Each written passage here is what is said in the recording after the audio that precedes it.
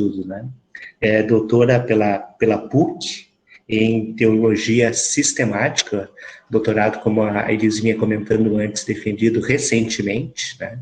Então, um tema que está caliente, né, nas reflexões da Elis, né, numa data muito representativa, né? Então, nossa doutora em Teologia Sistemática, com ênfase em Antropologia Teológica e Mística, em Edith Stein.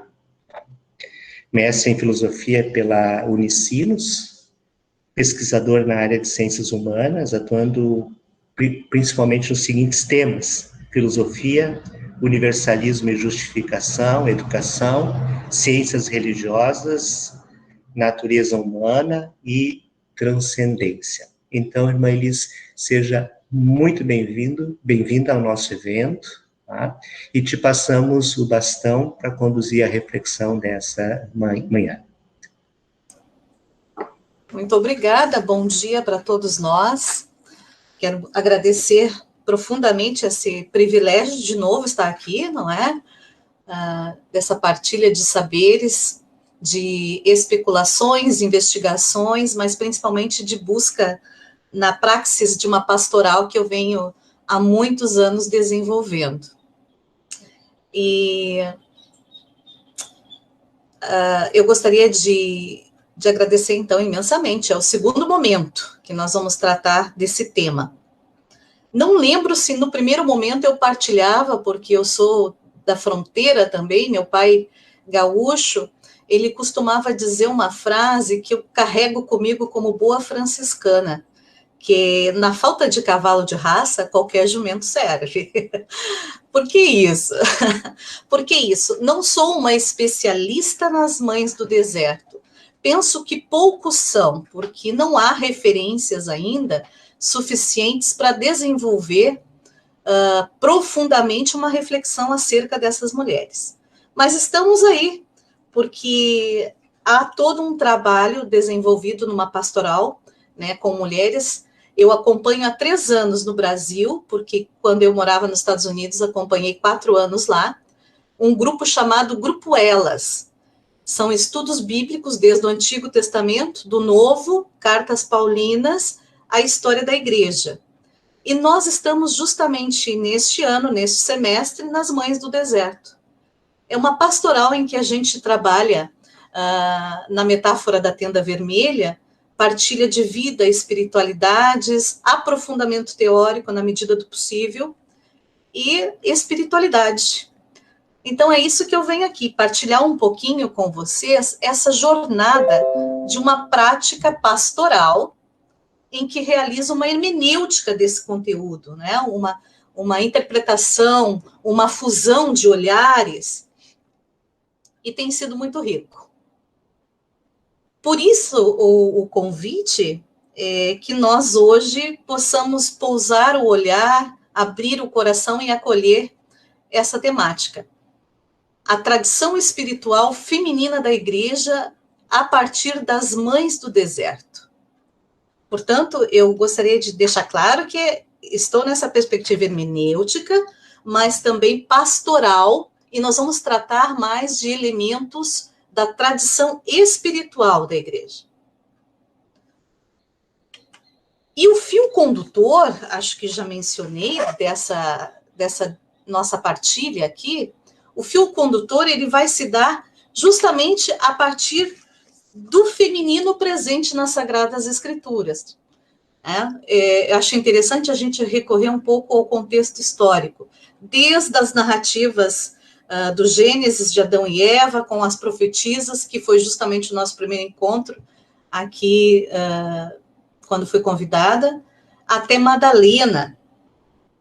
E depois a gente foi avançando. Então, é esses elementos do feminino que vão nos acompanhar hoje, né? Mas dentro de uma perspectiva da tradição espiritual.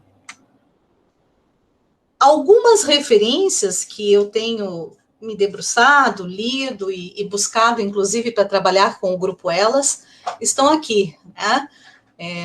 Alguns agnósticos, alguma literatura agnóstica, apócrifos, principalmente apócrifos, porque estão ligados à questão do gnosticismo, e a gente vai ver daqui a pouquinho.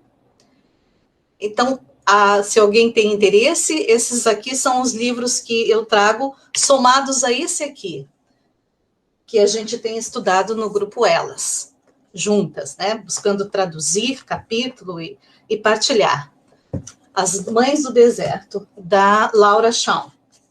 Então, esses são alguns referenciais, só para a gente se situar, e quem tem interesse depois e deve aprofundar, porque a proposta aqui é de um sobrevoo muito modesto nessa temática, principalmente quando se trata de espiritualidade, tradição espiritual.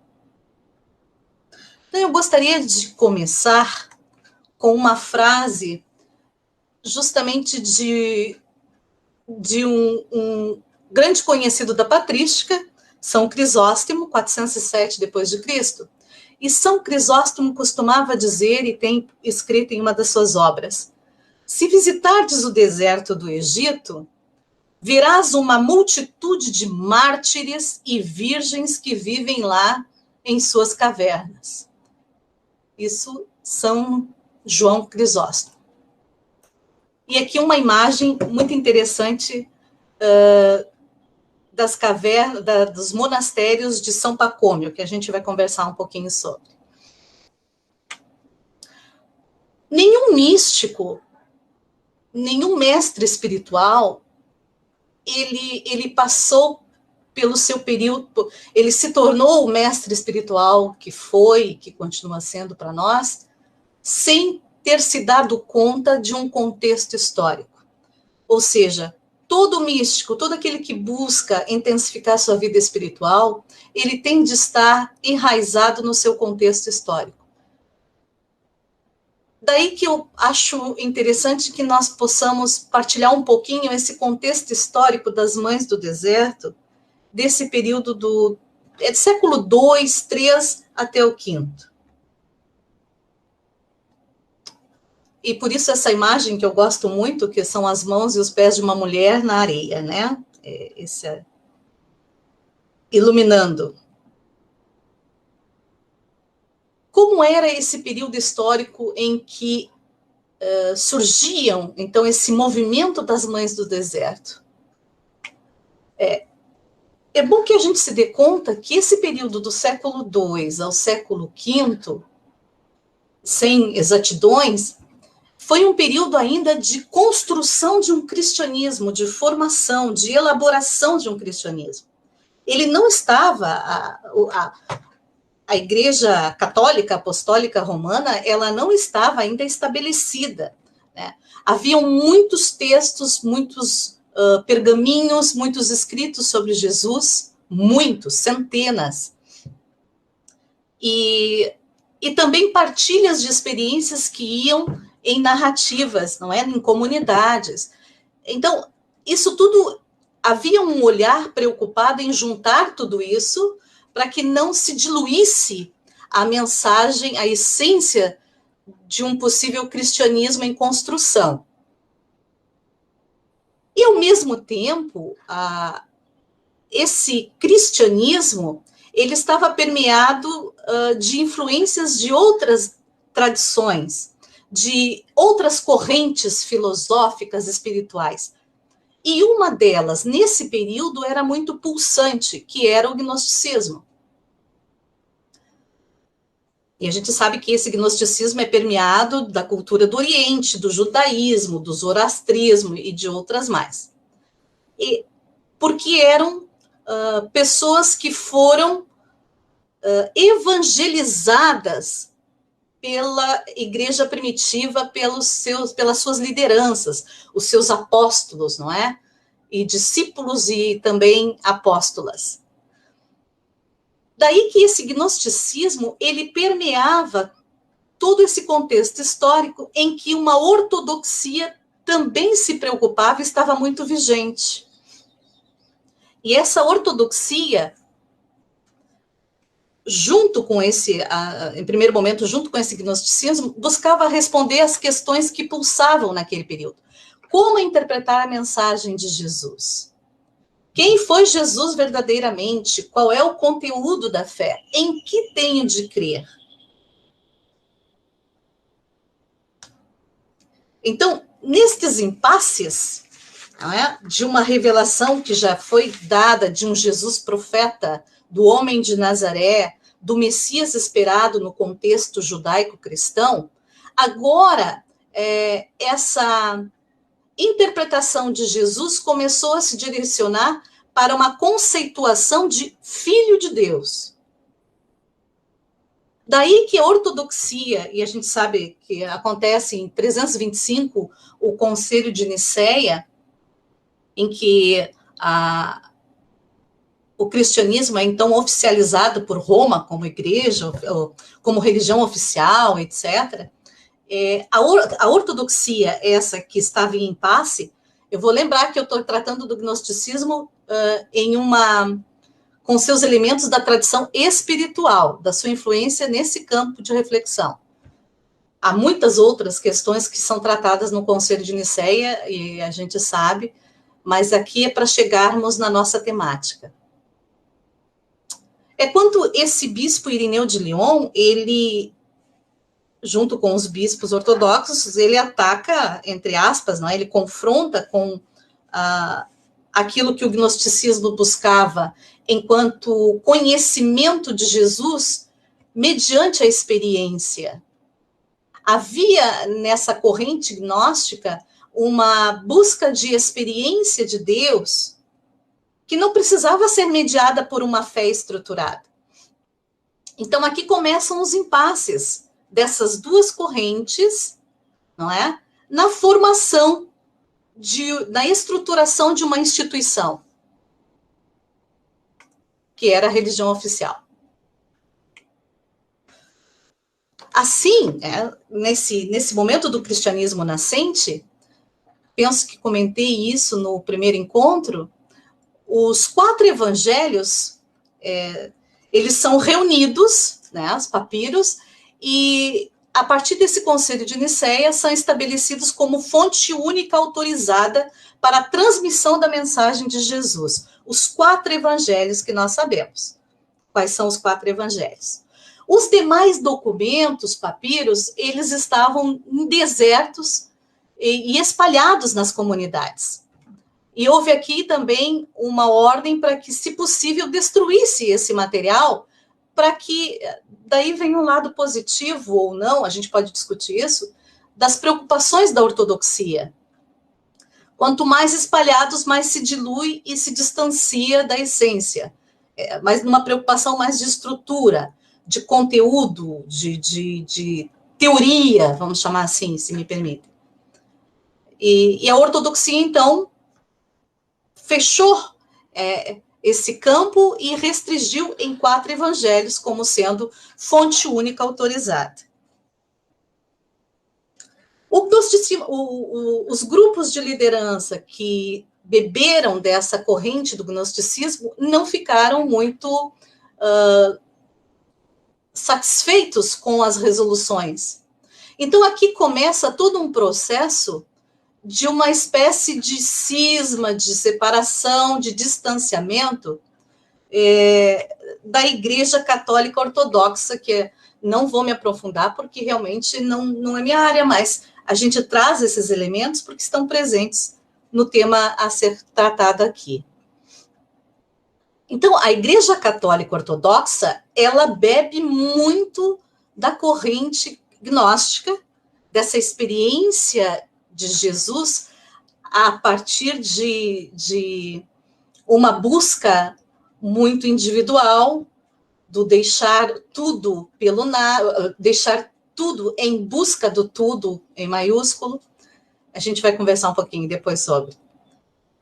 E é bem nesse período, situado geograficamente, né, entre a Síria, Rússia e Egito, eles decidem por seguir outro caminho. Hoje a gente sabe que, por isso essa foto, que há já um diálogo, uma aproximação entre a Igreja Ortodoxa Católica e a Igreja Católica Romana.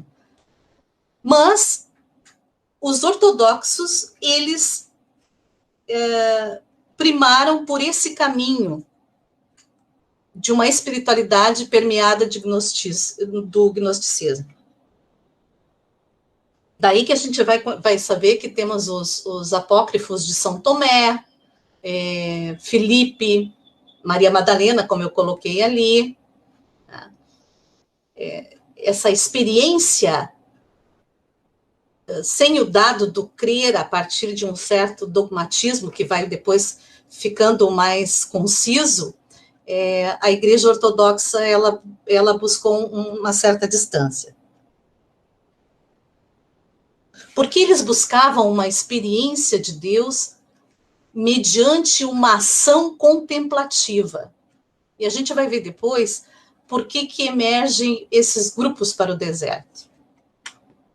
Bom, como a gente viu, de maneira, repito, né, muito modesta, a ortodoxia que é então estabelecida desde a igreja enquanto agora religião oficial, desde esse período em que o Concílio de Nicéia, então, pontua o que é oficial ou não, autorizado ou não, começa essa estrutura hierárquica a se organizar e, de certa forma, impossibilitar agora a emancipação da mulher adquirida desde o período do movimento de Jesus, que nós já conversamos sobre. Essa ortodoxia, ela começa a tolir o avanço do feminino nas comunidades de fé. O que eram comunidades antes da casa, em que as mulheres podiam exercer uma espécie de diaconato, de serviço, de propagação da palavra de Deus, de estudos.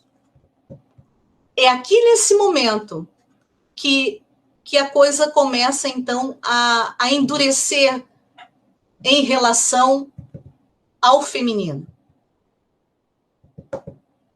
Os homens dominam, então, a esfera religiosa do sagrado e da interpretação de textos. Aí nós vamos ver que aqui começa toda uma reflexão sobre o Gênesis, a mulher, o pecado original, não mais naquela perspectiva da deusa em relação com o processo do sagrado, na experiência do humano. Aqui emerge Santo Agostinho com o celibato necessário. Enfim, é a ortodoxia que se estabelece. Estes grupos não satisfeitos, dentro do universo da Igreja Cristã Católica, eles não entram em combate com essa estruturação. Eles se distanciam porque buscam realmente uma postura de espiritualidade diante do que vinha acontecendo. Daí aqui só um mapa para situar que de Roma, então eles vão para a Síria, vão para a Ásia, para o Egito, e se espalham em Tebas, em regiões desérticas. E aqui, então, vem o tema, né, das mães do deserto. Quem são essas mães do deserto? E por que amas, em algumas traduções? Por que são chamadas amas do deserto? Eu trouxe um trecho, eu espero que dê para passar, de um filme que houve uma tentativa de um filme ser lançado, mas não sei o que aconteceu. Só ficamos com o trailer, o filme não foi, eu não encontrei o filme também. Pedi ajuda nos Estados Unidos para me conseguirem, não encontraram, talvez faltas de verbas, enfim. Mas a gente vai assistir, então, como uma introdução ao tema dessas mulheres.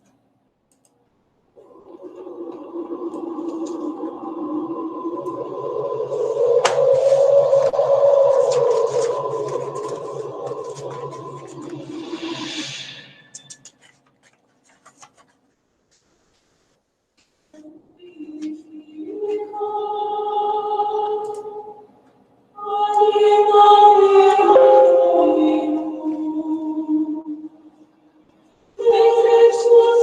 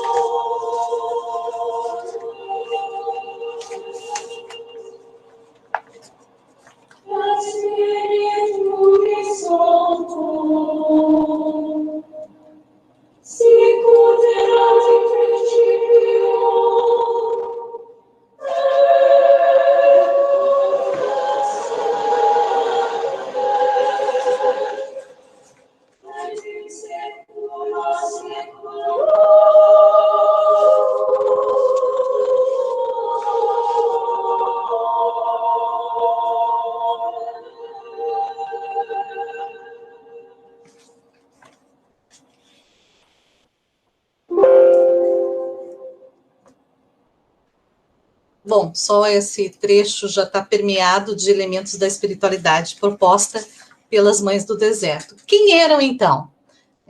Desculpe me deter um pouco, o convite é para que a gente possa avançar em aprofundar essas questões históricas, da patrística, da história da igreja, do Concílio de Nicéia, com as influências de outras correntes como essa do gnosticismo, que aqui pulsa muito. Bom, essas mulheres, principalmente mulheres, mas eram homens e mulheres, diante dessa estruturação da igreja, elas começam a perceber, essas pessoas, que a fé, veja bem, tradição espiritual, fé, a fé, a essência da mensagem do Cristo, do Yeshua, de Jesus, ela estava como que assumindo, permitindo que se permitindo cair em algumas armadilhas do Império Romano. Veja bem que muitas dessas mulheres e desses homens que vão se tornar pais e mães do deserto, eles trazem uma bagagem de geração de pais, mães, avós que sofreram a perseguição dos romanos, alguns ainda sofriam, foram perseguidos, foram martirizados pelos romanos, e agora, então, de um modo muito intenso, Roma abraça o catolicismo e essa igreja primitiva, assustada e não insegura, mas assustada e cuidadosa em relação à sua sobrevivência. Por isso que muitos se escondiam em túmulos para poder celebrar o domingo, o dia do Senhor, enfim. Esse grupo, que eu gosto de dizer que iluminados, eles conseguem perceber essa artimanha desse martírio vermelho, ainda sobre uma influência, não, mas por trazerem em si, carregarem em si a experiência de Deus e da dor da perda dos seus, que sofreram o martírio vermelho. E destes seus que sofreram o martírio vermelho, essa morte, esse sacrifício, foi em nome de uma fé em Jesus Cristo. E esse Jesus Cristo, que os seus foram perseguidos e morreram, agora estava sendo valorizado, mas havia algo errado. Ainda não estava muito bem essas questões. Começa, então, um salto do martírio vermelho de sangue, das perseguições romanas, dos primeiros cristãos, para uma prática do martírio branco. Isso é muito interessante. Insatisfeitos com as propostas, com as decisões do concílio e dessa ortodoxia, que também tinha a sua razão. Eu não estou aqui matando a ortodoxia, não. Tá? Mas ela não foi suficiente para responder questões da experiência do Senhor ressuscitado que essas pessoas tiveram e continuavam tendo.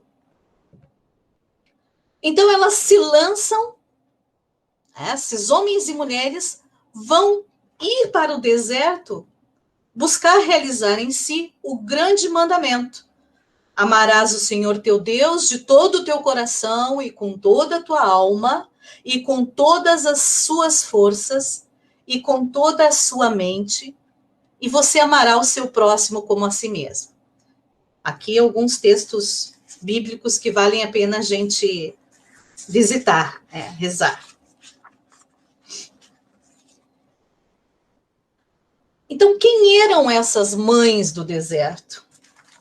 Eu trouxe um trechinho aqui, me permitam, de vez em quando eu vou ler das próprias obras, porque há muitos apotegmas, a gente vai ver o que são textos curtos, conselhos, que esses padres e mães do deserto deixaram. Não há obras sobre um pai do deserto ou uma mãe do deserto, muito menos das mães do deserto. Nós temos uma vasta literatura de patrologia, de patrística, dos bispos da igreja, isso nós encontramos.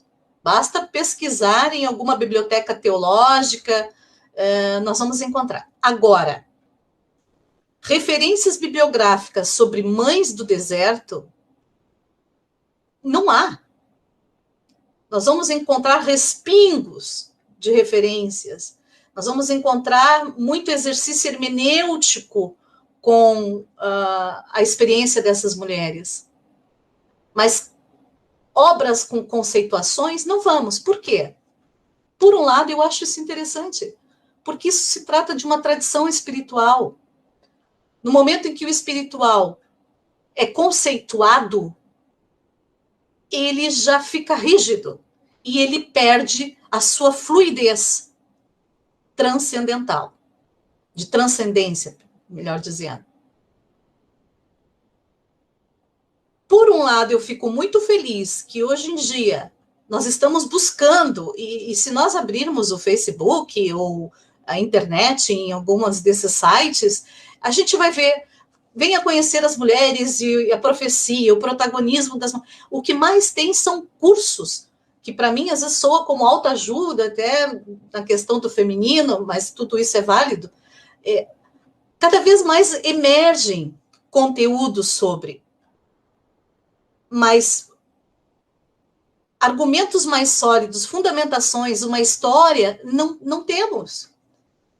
Há muito material em espanhol e em inglês. Certamente em alemão deve haver, né?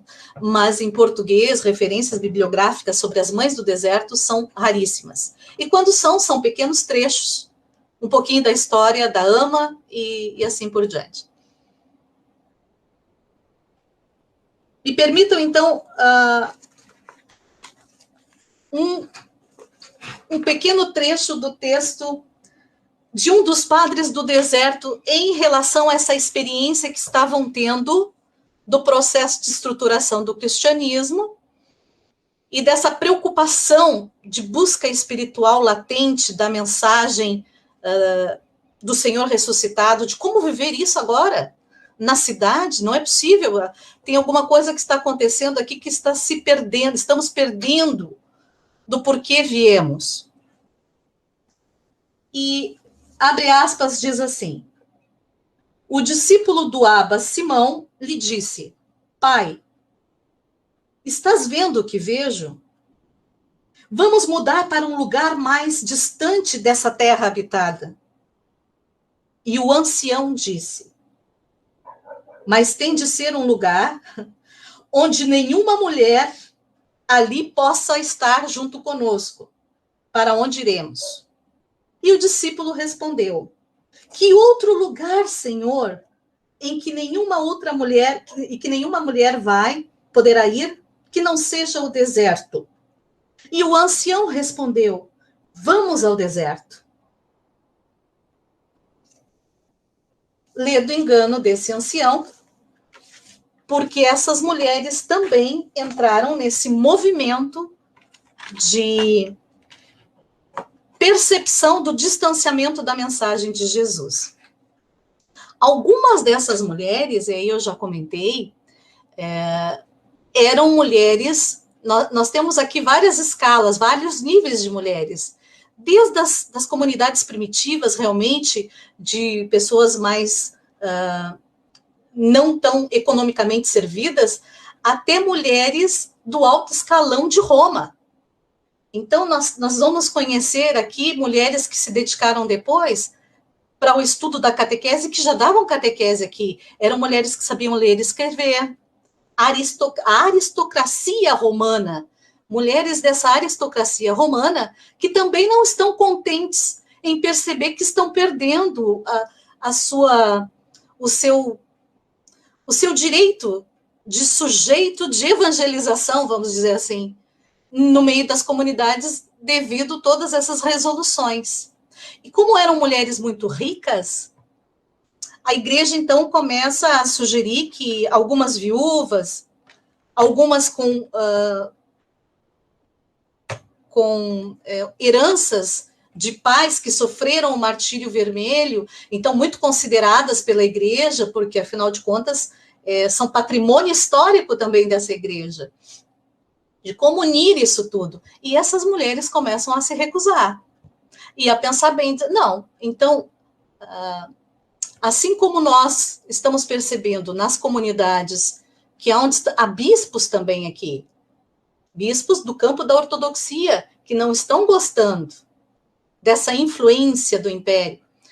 Então, esses bispos, muitos são radicais, começam a vender os ouros que começam a receber do império, os privilégios, a se recusar desses privilégios.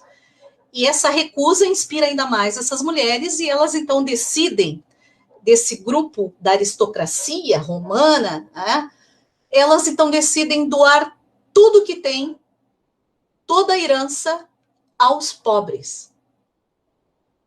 É muito interessante isso aqui. A riqueza dessas mulheres, desse período da igreja primitiva, inspirada por alguns bispos que também tomam essa postura de deserto, e depois eu explico um pouquinho do que consiste esse deserto, elas vão e vendem tudo.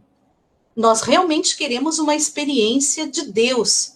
Nós queremos radicalmente manifestar do que se trata a fé nesse Senhor ressuscitado.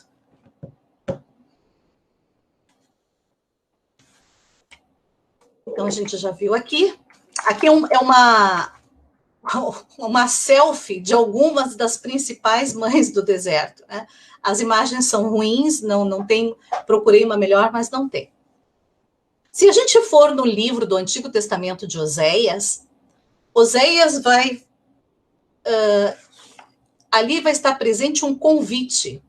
Eu vou seduzir o teu coração e conduzir o teu coração para o deserto. Então, é permeado dessa espiritualidade de voltar ao coração. Estamos perdendo, com tudo isso, que não é de todo negativo, obviamente, de todo esse privilégio que agora estamos recebendo, de uma igreja oficializada, do incenso e da púrpura, né, diria São Bernardino de Sena, mas há algo que nós estamos constatando que está se distanciando daquilo que nos move, daquilo que nos encorajava quando fugíamos das perseguições.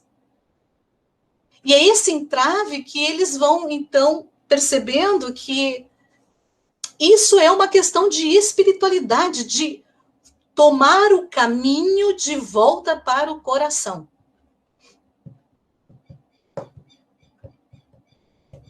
Desaparecer desse mundo, se preciso, desse mundo aqui em que estamos. E aí não são só homens, como o trecho do texto do Abba Simeão, as mulheres também vão. Nós também podemos. Aqui o protagonismo feminino, ele mostra uma força tremenda, uma força interior.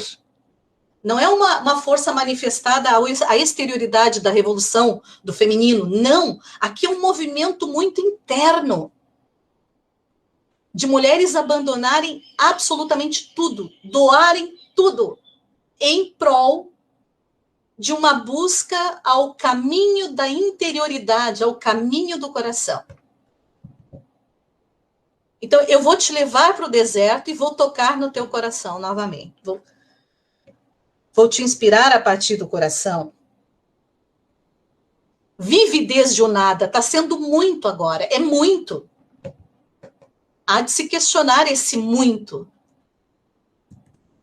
E aí começa, então, com essas mães do deserto e com esses pais do deserto, um movimento do ascetismo, da vida de ascese,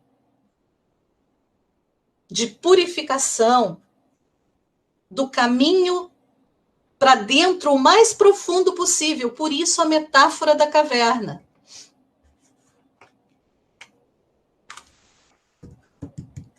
O que movia esse pessoal, por isso a hermenêutica, né? Eu repito que essas minhas investigações, essas minhas curiosidades aqui partilhadas, são desde o movimento hermenêutico, no que venho lendo e venho rezando. A interpretação dos ensinamentos de Jesus proposto pela ortodoxia não era suficiente. Crer sem questionar, agora é assim. A experiência de Deus pela fé. A fé na igreja, enfim. Teremos que trazer elementos da ortodoxia e não é, eu quero me deter realmente na espiritualidade. Que a ortodoxia também tem uma espiritualidade, eu não estou negando isso. Mas aqui é onde pulsa com muito mais fervor. Desse grupo, então, que busca o caminho de volta ao coração, o caminho do coração, emergem mártires, virgens e os anacoretas, porque eles se espalham por regiões geográficas diversas, o Egito, a Síria, e é aquilo que eu disse, muitos faziam parte da aristocracia, outros não, outros eram até incultos, não sabiam ler, mas buscavam desejosos essa experiência. Quando eu falo de virgens aqui, a gente vai ver que não se trata de virgem que não teve relações sexuais no campo da sexualidade, do celibato de Santo Agostinho. Não, as virgens aqui eram muitas jovens mulheres que buscaram, então, uma entrega absoluta ao serviço do Senhor. Virgens não era porque eu vou me entregar sem ter tido relações. Muitas dessas virgens eram viúvas, eram casadas, ou eram noivas, e o noivo morreu, a gente vai ver algumas, não é? E ela, então, se dedica a ir para o deserto e se tornar uma virgem do deserto. Essa mudança de linguagem no campo ortodoxo, ela também acontece aqui com as interpretações. Essa experiência, então, de deserto, não é uma experiência que surge nesse período histórico só do século II ao V, não. Essa é uma experiência que já está nas entranhas dessas pessoas que seguiam o Senhor Jesus, que seguiam o homem de Nazaré, que tiveram ouviram, perderam seus familiares, mas que continuavam encantados por essa mensagem de justiça, de humanismo, de aproximação com o Abá, o Pai.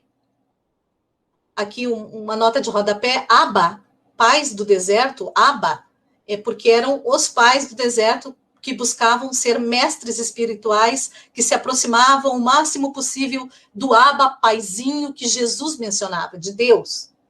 As amas são, então, as mães do deserto. E a gente vai ver depois que ama também, porque elas iam sempre com uma discípula. Elas não iam sozinhas, salvo as anacoretas radicais, que a gente vai nos aproximar um pouquinho de uma delas. Então, essa espiritualidade do deserto que move esse pessoal a não é um exílio, mas é realmente uma busca de um outro caminho. A ortodoxia que siga o seu caminho, nós vamos respeitar a ortodoxia, mas nós vamos buscar um outro caminho, porque muitos desses bispos da ortodoxia, pasmem, mesmo não concordando no todo com esse movimento, muitos nós vamos ver que irão para o deserto em muitos momentos para buscar aconselhamentos dessas mães do deserto. Bispos vão até algumas, depois menciono o nome delas, para dizer o que nós vamos fazer, o que eu posso fazer. Eu estou perdendo a minha fé, eu estou enfraquecendo, a luta é muito... Enfim, dilemas existenciais, uma orientação espiritual. Eu diria que foram os primeiros orientadores espirituais aqui, esses pais e mães do deserto, dentro do contexto da tradição espiritual. E essa inspiração que eles se dão conta de que nasce desde o movimento do Batista, quando João Batista também anunciava o Senhor no deserto. E é esse movimento do Batista, dos essênios, que era dotado de um messianismo radical, que Jesus se encanta, porque Jesus tinha vários grupos que ele poderia seguir. Mas ele opta pelo grupo dos essênios do Batista. Ele quer também ir ao deserto, para entender para que veio a esse mundo. O simbólico do deserto, aqui, para mim, para os nossos dias, ele é vital. É vital. Porque estamos vivendo tempos de aridez. Estamos cercados de cismas, estamos em isolamento social, estamos à mercê de uma morte que bate na porta, que está conosco na sala da casa. O que nos sustenta essa aridez desse deserto? Qual é o caminho? Muitas pessoas estão em crise porque não podem ir à igreja, não tem missa. Nesse tempo não havia missa. A missa só começa a ser estruturada a partir dessa ortodoxia. Mas eles tinham celebrações, nós vamos ver como eram, né, essas celebrações. Então, esse movimento que leva Jesus também ao deserto. Não estava claro para ele qual era a sua missão. Percebam aqui, é possível nós fazermos um pouco as conexões do que mães do deserto. Por quê? O que as conduziu ao deserto? Qual foi a principal motivação que conduziu esses homens e mulheres, mas daqui para frente eu quero falar apenas no feminino, porque estamos tratando das madres, das mães, das amas. Porque para elas estava claro que vai ser no deserto, não é mais aqui, nessa efervescência aqui, nessa confusão e influências e, enfim, nessa política que começa a se misturar com o propósito da religião, não vai ser aqui, nós estamos nos perdendo. Então, o deserto é onde Deus fala ao coração, onde ele penetra no mais íntimo do ser, lugar onde ele diz o seu nome. Por isso Jesus, por isso Moisés, que entra na caverna e a sarça responde nessa experiência de Deus: eu sou aquele que é. O deserto é onde ele, aquele que é, toca no nosso coração. Por isso, hoje, se vivemos um deserto, uma aridez de perspectivas, de esperança, de fé, é um tempo privilegiado para tomar de volta o caminho rumo ao coração.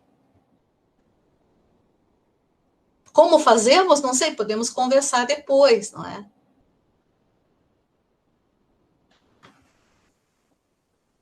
E elas tinham essa experiência muito vívida, muito pulsante no seu cotidiano. Eram mulheres que pregavam a palavra de Deus nas casas. Eram mulheres que doavam, que ajudavam os pobres, que colaboravam financeiramente com os apóstolos. E que, diante da perseguição romana, viram seus familiares terem todos os bens confiscados. Depois os bens retornam para lideranças. Roma devolve para alguns. Só que é nesse momento da devolução, e isso é fantástico, a experiência, né? Essa troca onde se pergunta onde está o valor dessa troca. Qual é o valor dessa oficialidade de sermos, então, reconhecidos? E que muitos já não conseguem, porque já sofreram tanto, enfim, né?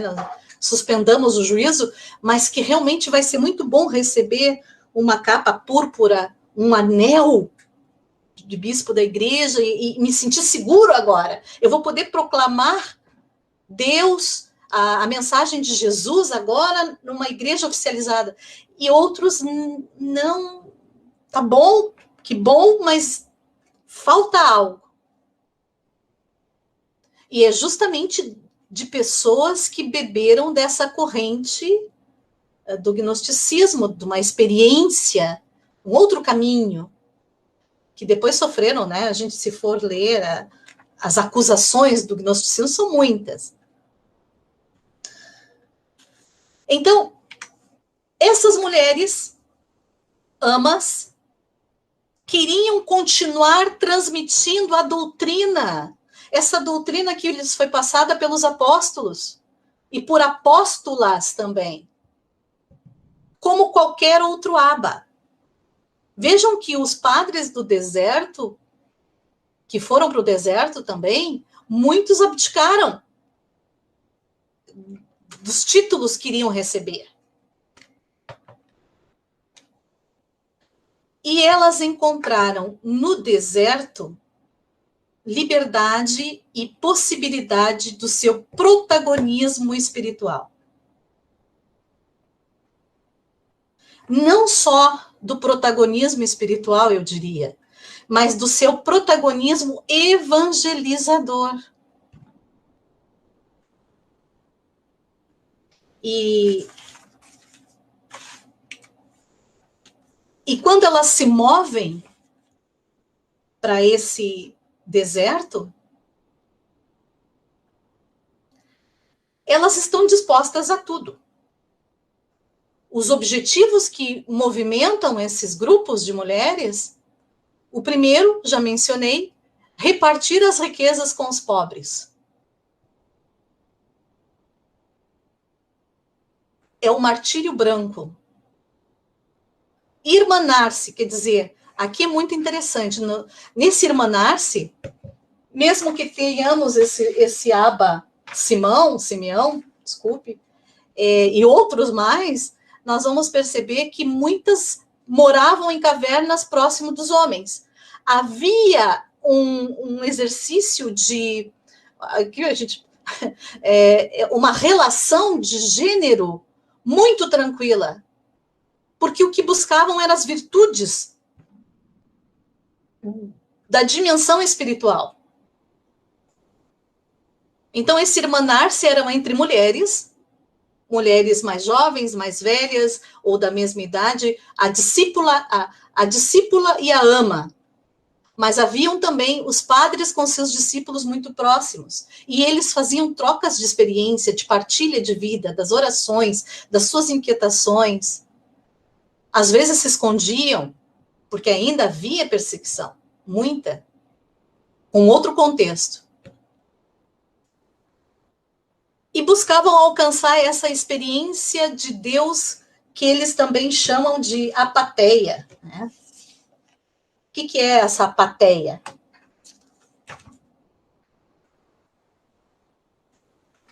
Essa experiência única, essa experiência muito pessoal de condução do coração ao mais profundo do meu eu e que me liberta de toda a exterioridade.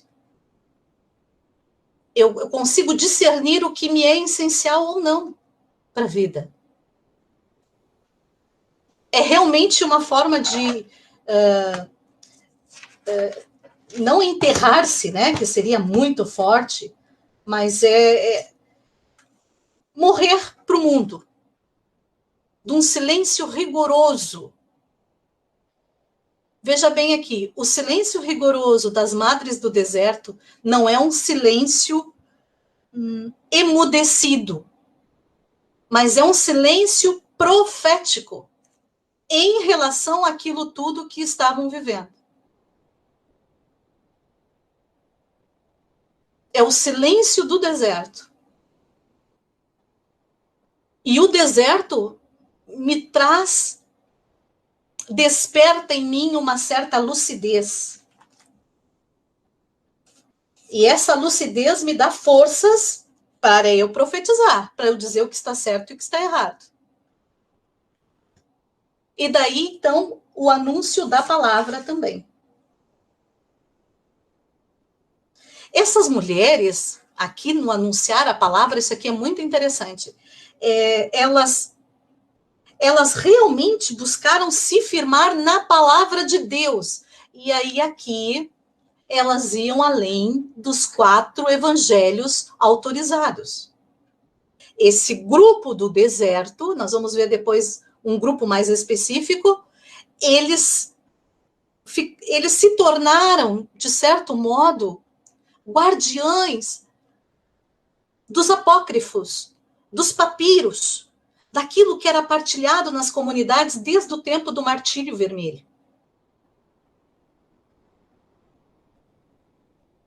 Uma herança que não podia ser perdida, e eles tinham ciência disso.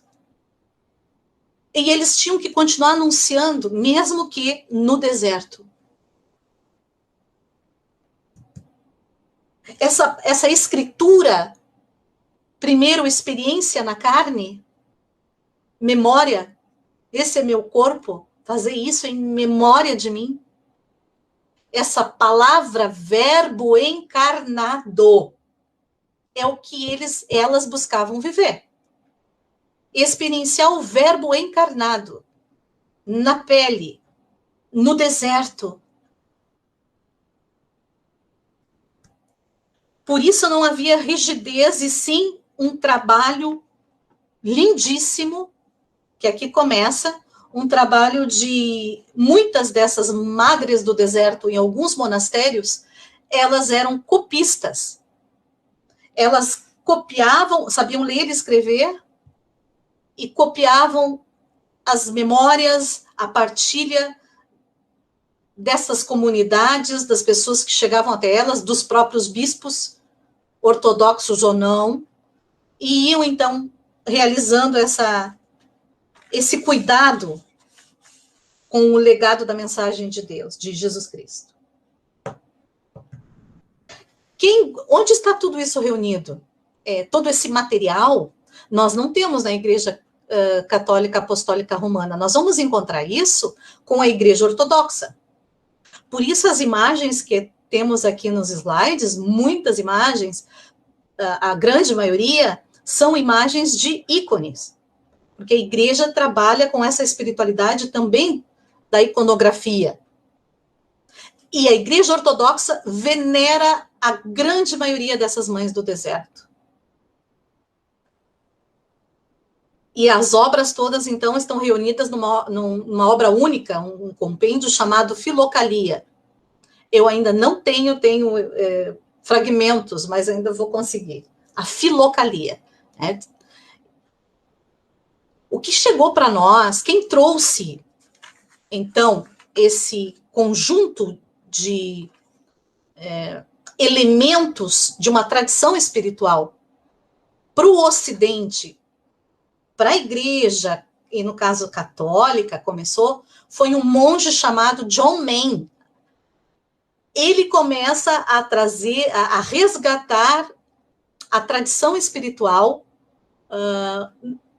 com um olhar para essas madres do deserto e das suas motivações. Então, esse John Main, ele tem um vasto material, em inglês, a grande maioria, de exercícios espirituais que elas faziam, que elas realizavam, que elas promoviam. Né?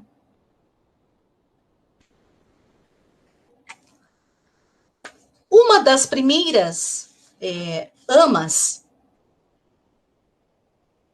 ela se chamava Maria. Há muitas amas Marias. Muitas. Ano de 320. Essa ama Maria, que era de uma determinada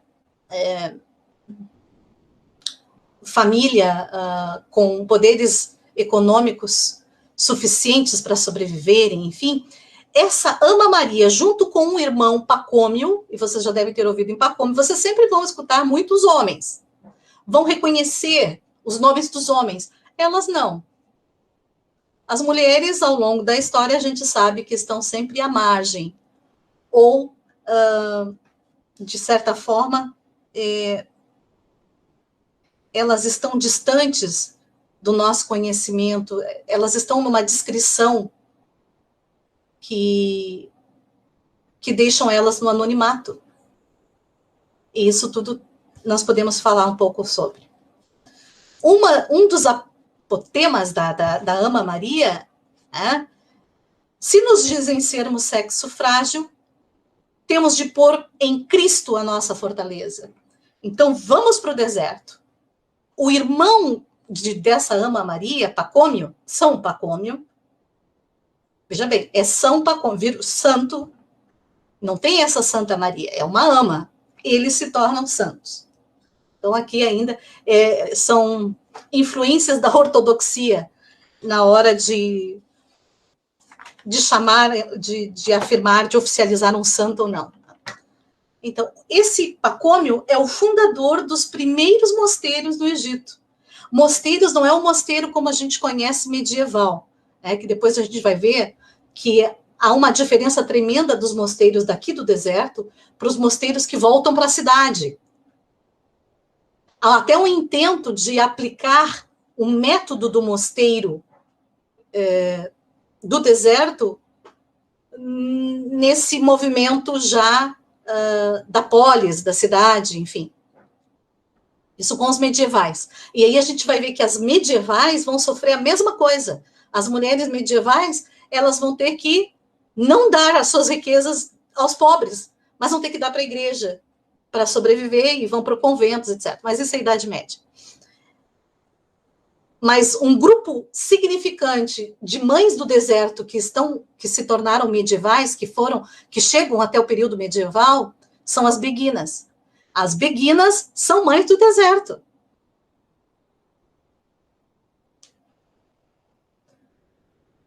É um grupo interessante de se conhecer e de se debruçar sobre. Então, voltando à Ama Maria.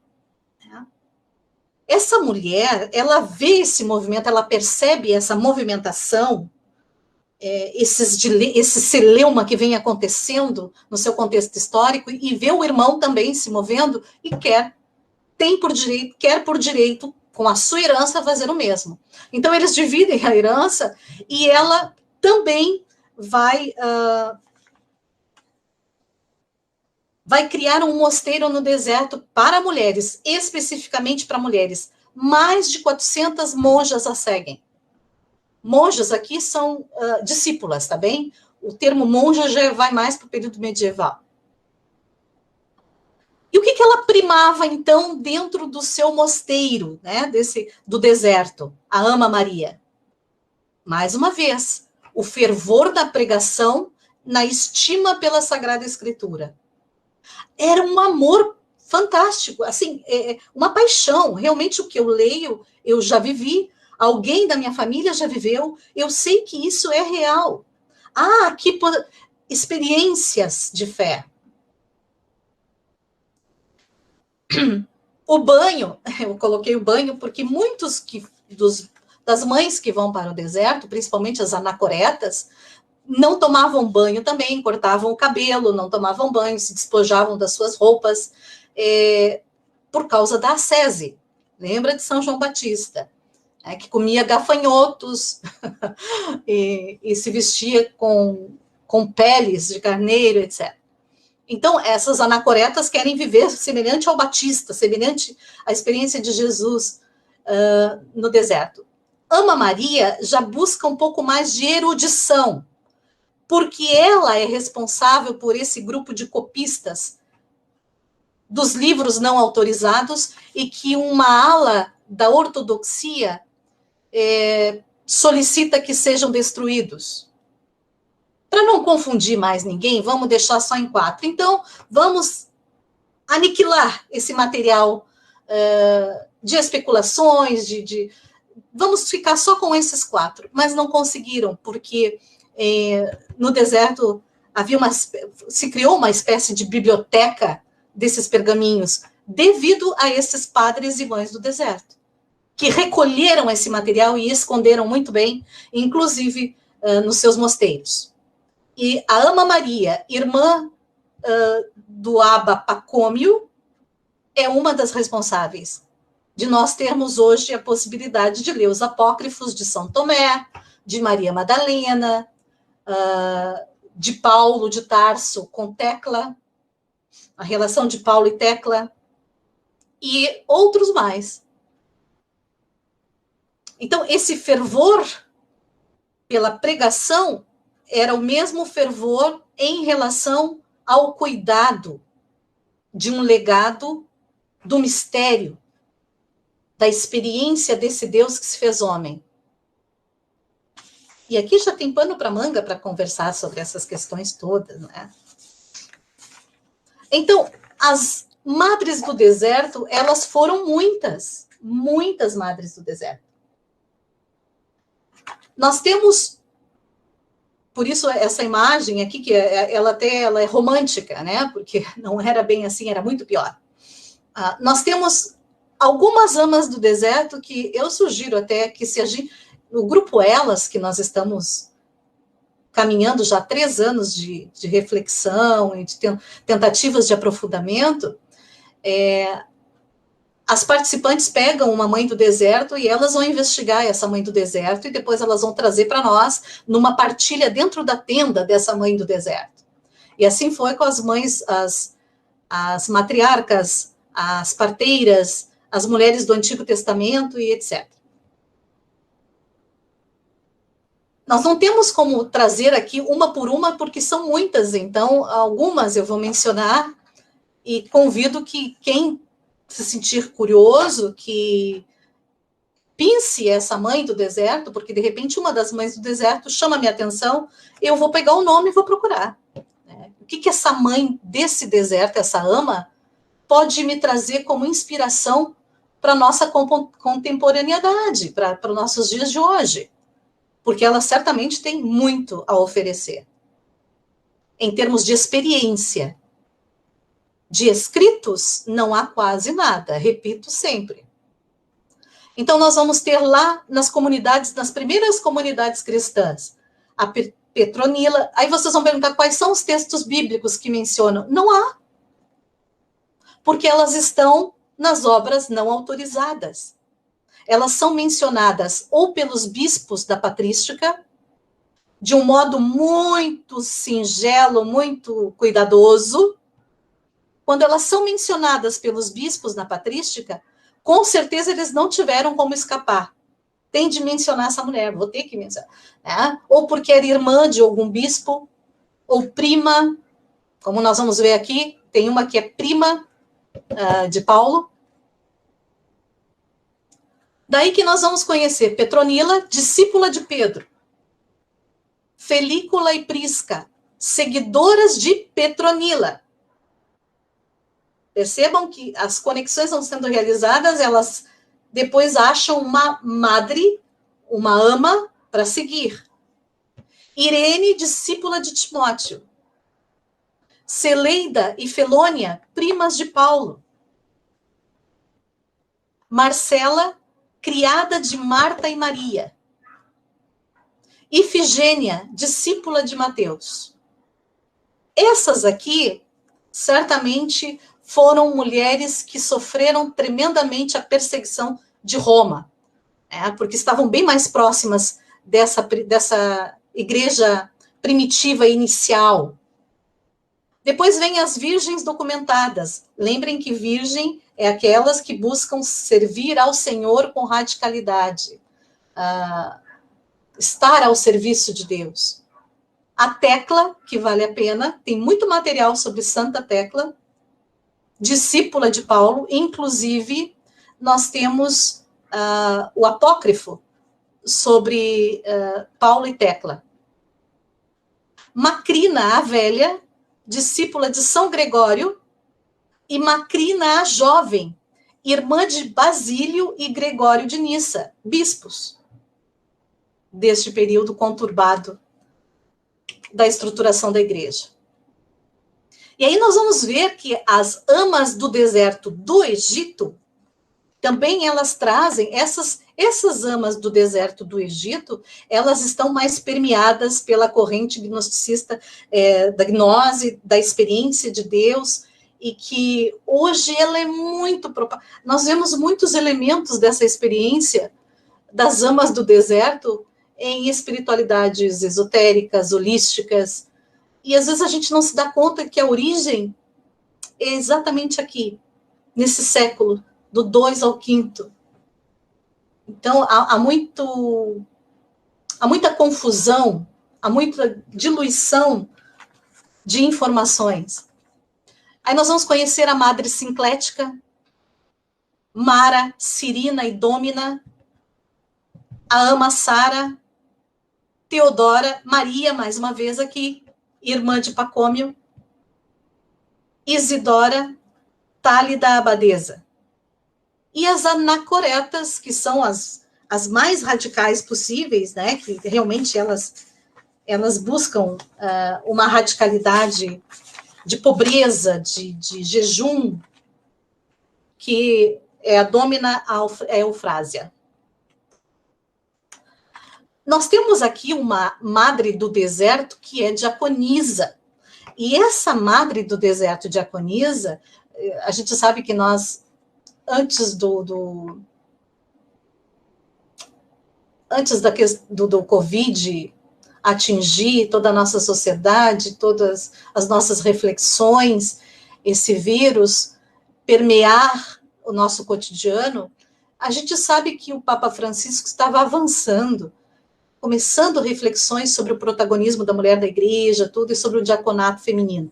E aí tudo meio que parou, não é? Por outras urgências. Mas a Olímpia, que era amiga, discípula, né, seguidora de São João Crisóstomo, que é aquele que eu comecei a fala com uma frase, Olímpia foi considerada uma primeira diaconisa, ela está nos livros de patrística. Olímpia era essa mulher, e foi tão bem apresentada por uma das nossas participantes do Grupo Elas na semana passada. A Olímpia, ela era uma dessas mulheres que estavam a par do que estava acontecendo na sociedade, era rica e distribuiu tudo o que tinha para os pobres. E foi para o deserto. Porque ela exercia, até então, um serviço de diaconia dentro das igrejas. Ela era diaconisa. E aí, com a ortodoxia, isso não foi mais possível.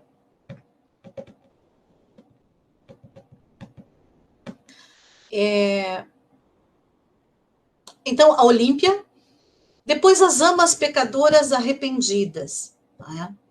Maria Egípcia, ela é muito interessante, eu botei aqui, mas depois tem uma imagem mais clara. O Sofrônio fala sobre Maria Egípcia. Maria Egípcia é sempre, ou quase sempre, há uma confusão com Maria Madalena em relação à sua imagem, não é? Quando o bispo me chama Maria Madalena, agora não me ocorre o nome do bispo, mas depois vem, Maria Madalena em uma determinada homilia de prostituta, esse bispo já estava fazendo confusão com Maria Egípcia, tá? Que era uma ama do deserto. E todas as imagens que nós vamos ver da arte da Maria Egípcia, ela sempre está seminua e com essas caveiras, né, da morte próxima a ela. Não é Maria Madalena. Maria Madalena, a gente sempre tem que questionar, analisar a imagem, qual é o período da pintura, se é renascentista, etc. Mas jamais Maria Madalena seria retratada, a não ser pelo universo criativo do pintor, seminua, porque não era assim que elas se vestiam naquele período. Agora, essa Maria Egípcia, sim, ela realmente, nos escritos que nós temos, ela apareceu seminua, porque estava numa pobreza absoluta, com muita fome, e ela, então, resolve fazer uma peregrinação a um santuário, pedindo o perdão, não é? Deixa eu achar aqui. A expiação dos seus pecados, que eu gosto muito da Maria Egípcia, então eu marquei aqui algumas coisas dela.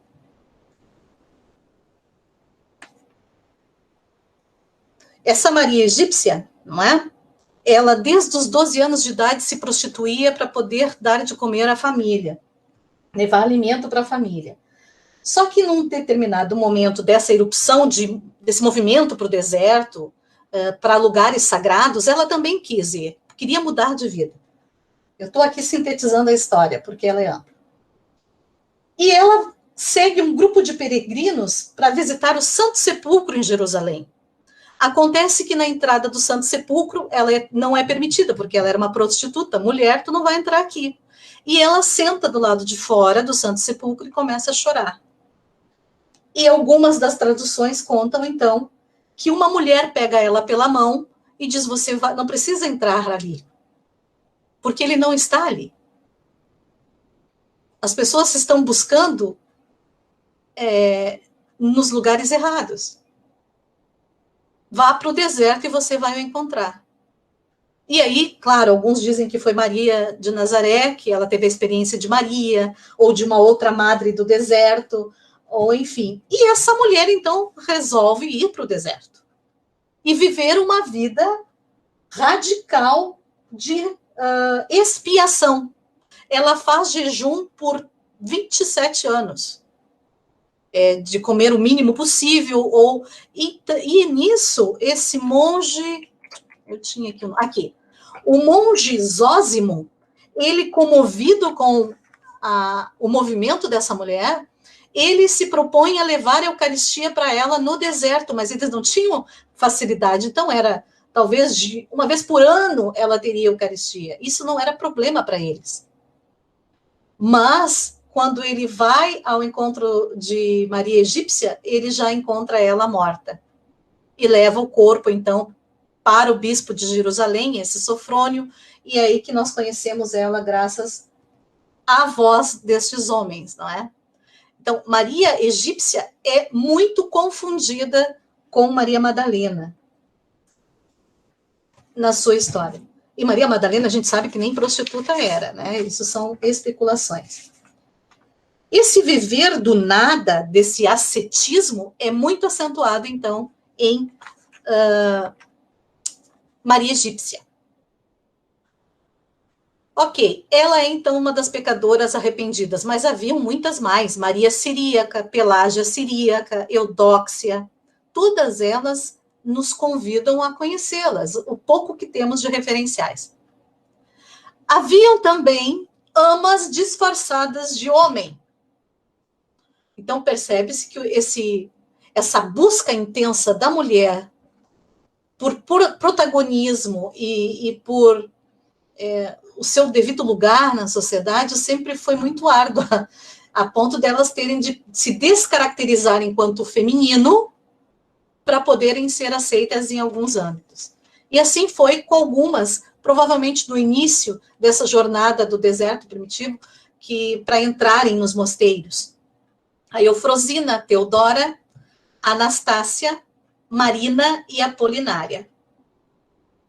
Quando eu falava nas madres do deserto romanas, aqui eu menciono algumas, então, aquelas que davam catequese, que ajudavam nas comunidades com a evangelização mais, vamos dizer, elaborada, não é? Nós vamos encontrar Helena, em 272, Melânia, a jovem e a velha. Essas mulheres aqui, Marcela e Fabiola, Paula e Eustáquia, foram as primeiras, no contexto das Madres do Deserto, consideradas as primeiras catequistas a organizar os evangelhos, assim, em termos, como passar os evangelhos para as pessoas mais simples. Mas isso depois ficou, que quem recebeu a fama foi São Jerônimo, como um estruturador da catequese, da Bíblia, enfim. Mas foram elas. Assim como nós vamos ver que, deixa eu encontrá-las aqui, Macrina, a jovem, irmã de São Basílio e São Gregório de Nissa, se vocês buscarem em qualquer ícone, aparece ela com o quadro dos dois bispos, irmãos. Mas ela está no meio. Porque se esses homens foram quem foram, e estiveram dentro da ortodoxia, mas com um olhar mais amplo, mais dialógico, é porque eles bebiam da espiritualidade do deserto dessas mulheres. Eles recorriam ao deserto também, muitos deles. E nós temos textos muito ricos sobre Macrina, a jovem, né? Sobre a velha não há muito. Mas Macrina, nós temos uma carta de São Basílio a Macrina, perdão, de Gregório de Nissa a Macrina. Isso tem um PDF. Se alguém tem interesse, depois posso mandar. Mas é muito rica a experiência. Ele vai contando quem foi Macrina. Para ele, para a família, não é? Para a igreja e para a tradição espiritual dessa igreja, que muitas vezes ela vacila. Ela parece que se perde do caminho. Volta-se sempre à questão do deserto enquanto um caminho de volta ao coração. Então, se a gente pousar o olhar sobre todas essas, e há muitas mais, porque, percebam, essas aqui chegaram até nós ainda. Quantas mais não chegaram? Não foram apagadas da história. Não se constata informações suficientes.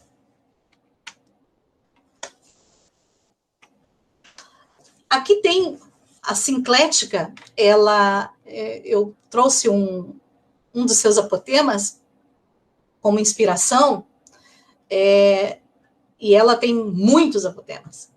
E um desses, ela diz o seguinte: no começo, há luta e muito trabalho para os que se aproximam de Deus. Mas depois disso, há uma indescritível alegria. É como acender uma fogueira. No início, há muita fumaça e seus olhos lacrimejam. Mas depois, você consegue o resultado desejado. Assim, devemos acender o fogo divino em nós mesmos, nós mesmas, com lágrimas e esforço. Essa é a jornada do caminho do coração que a Igreja Ortodoxa desenvolve. A Igreja Católica Apostólica Romana vem já há alguns anos. Eu lembro que quando eu era noviça, eu ganhei para estudar o livro O Peregrino Russo. O peregrino era um homem, né? Nós não tínhamos na formação espiritual religiosa feminina muitos escritos de mulheres. Não vou dizer quando, porque eu vou contar a minha idade. Mas da necessidade disso e da alegria de nós nos darmos conta de que realmente o mundo vem no seu progresso, entre aspas, repleto de dificuldades no movimento que nos desafia cada vez mais a sermos. Mas ele também traz com isso muitas inovações, muitas possibilidades. E essas mulheres não é à toa que estão chegando até nós hoje, nesse tempo que estamos vivendo. Nada é por acaso. Daí a emergente, para mim, não é? O emergente desafio de nós podermos, mesmo que mergulhados no mundo acadêmico, de conceituações, de linguagem elaborada, de erudição, que tudo isso é muito válido, descobrir por detrás disso tudo, da nossa modesta reflexão, onde está a essência. E talvez aqui eu vi que alguém colocou uma questão sobre a filosofia, né? E depois alguém repita para mim essa questão para poder... Mas eu penso que é isso. Qual é o movimento? Nos tornarmos pessoas melhores, pessoas capacitadas para compreender o mundo externo a partir de dentro. E vice-versa, nessa relação. Eu só vou compreender o caminho de fora, as minhas escolhas e decisões, o que não está tão bem, se eu tiver um caminho bem orientado desde dentro. E é esse caminho de orientação desde dentro que essa leva dessas pessoas, dessas mulheres, nos trazem, nos oportunizam. E por que o fogo, não é? Um elemento, o místico,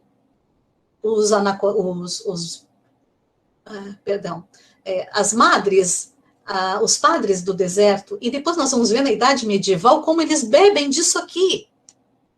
Eles mergulham aqui no deserto também. Essas metáforas todas do deserto, do fogo, vão estar presentes em São João da Cruz, Santa Teresa d'Ávila. Eles vão... São conexões, eles dialogam entre si. Por que dialogam entre si? Porque isso é experiência que segue seu rumo na história dessas pessoas que buscam realmente intensificar sua dimensão espiritual. Por isso, repito, eu não estou trabalhando aqui patrística, nem história da igreja, eu estou partilhando do movimento, de uma hermenêutica, assim, faço os mas da experiência da tradição espiritual feminina das mães do deserto. Que para mim é vital, como já disse, para os nossos dias. E não precisa ser freira, não precisa ser padre, basta ser. Porque o ser é se dar conta de que é permeado de várias dimensões. Uma das nossas dimensões é a espiritual.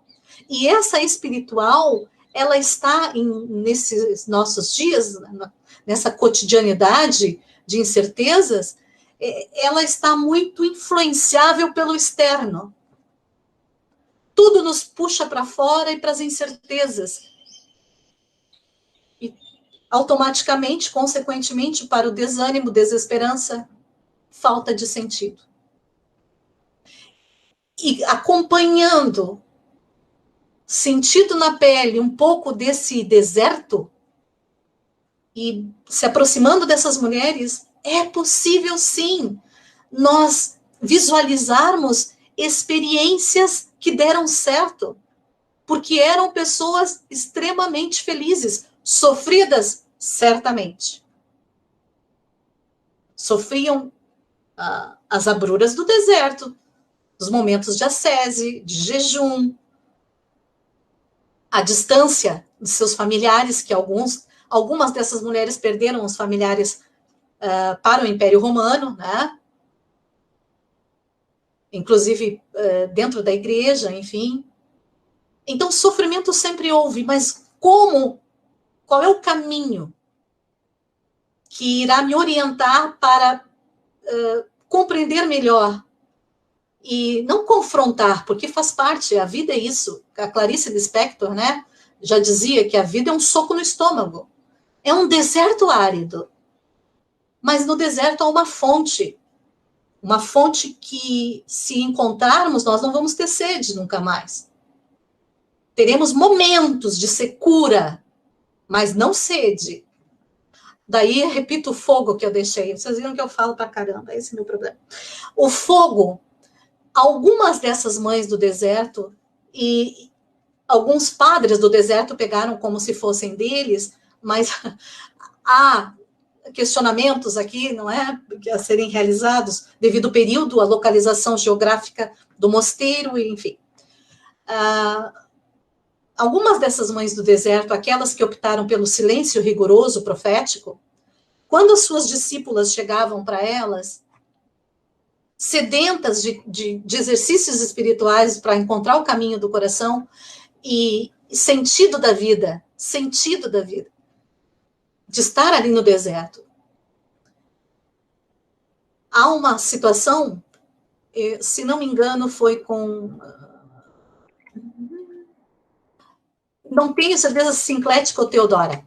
Elas chegam para essa mãe do deserto e pedem, por favor, ama, nos diga uma palavra apenas, para que eu possa, então, permanecer nesse deserto contigo e perceber de que aqui eu vou encontrar um sentido da minha vida. Já que perdi meu noivo, optei por essa virgindade de serviço e vou realmente servir nesse monastério aqui. Vou estar, né?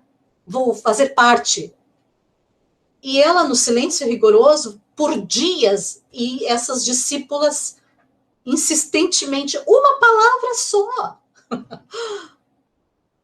E depois de muitos dias, ela senta no meio delas, no deserto, e ela diz: fogo.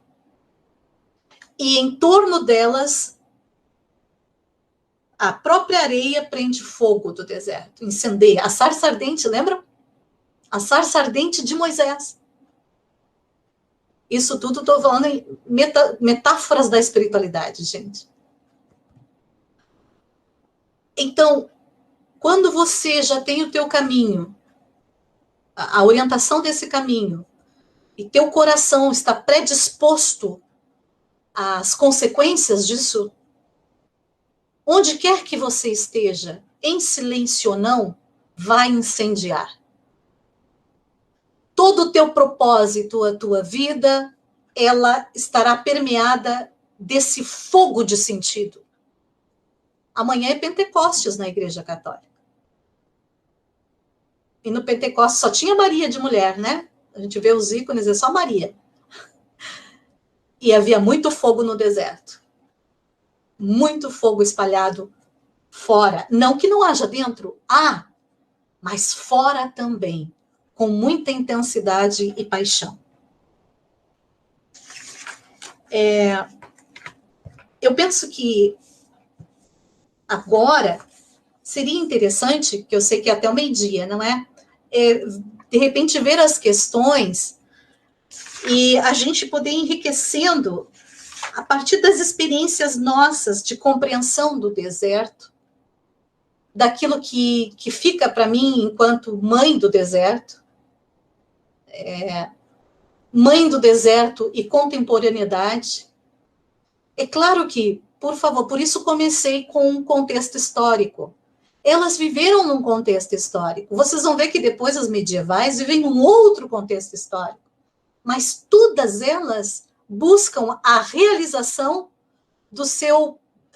da profundidade, dessa experiência de Deus, dessa até certa compreensão plena do que é o conteúdo da fé, que a Igreja Ortodoxa estava preocupada com o conteúdo da fé, e não com a experiência da fé, devido às preocupações sociais, enfim, do império, dessa coligação, dessa fusão. Mas esse grupo se dedicou ao legado, não só dessa palavra não mais tão rígida, mas também dessa espiritualidade. Deserto não é aridez. Deserto é fertilidade onde quer que você esteja. E fertilidade principalmente por se tratar de mães do deserto. Elas queriam ser férteis na evangelização, no cuidado da palavra, na partilha do que tivessem. Eu poderia aqui ter trazido as historinhas de cada uma, referências biográficas delas, mas eu penso que os nomes, e depois posso partilhar esses slides, nos convidam a buscar essas mulheres, porque são muitas, e muito significativas o seu testemunho.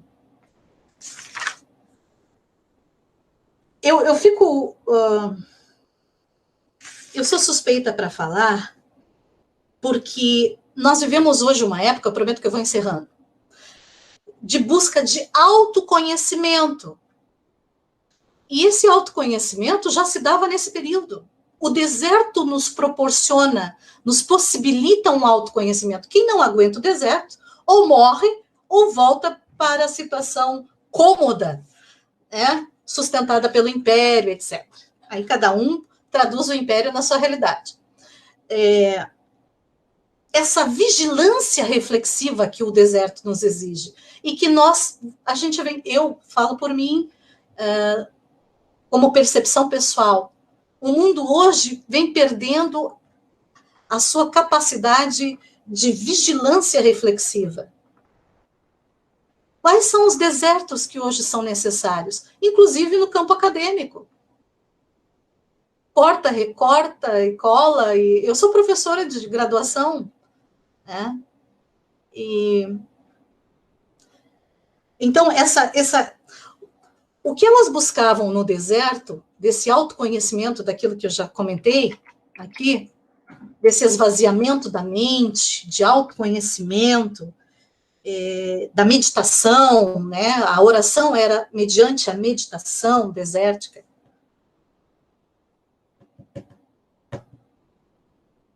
Esse ascetismo, que aparentemente para nós é rigoroso, do sofrimento, eu penso que hoje é urgente para uma sociedade que as pessoas estão se suicidando, não encontrando um sentido de viver, de se mover, de se comunicar, mesmo que seja assim, né? Modo remoto, em janelas.